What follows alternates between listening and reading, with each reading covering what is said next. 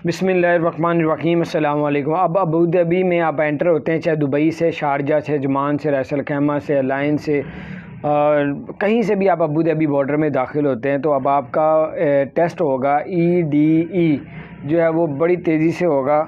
वहाँ पे उन्होंने कहा है कि ये सिर्फ़ इसलिए किया जाएगा कि कोरोना वाले शख्स जो हैं वो अबू धाबी में ना आए।